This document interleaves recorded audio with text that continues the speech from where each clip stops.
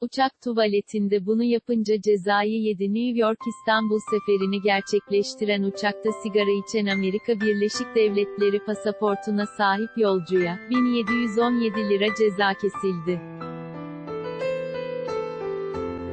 New York-İstanbul seferini gerçekleştiren Türk Hava Yolları'nın 102 taka sefer sayılı uçağının tuvaletinde sigara içildiğini fark eden kabin memurları, pilota haber verdi.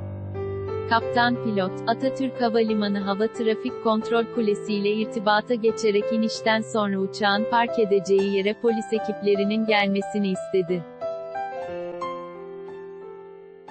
Alana 17.15'te iniş yapan uçağın altına gelen polis ekibi, sigara içtiği belirlenen Amerika Birleşik Devletleri pasaportuna sahip bininci D.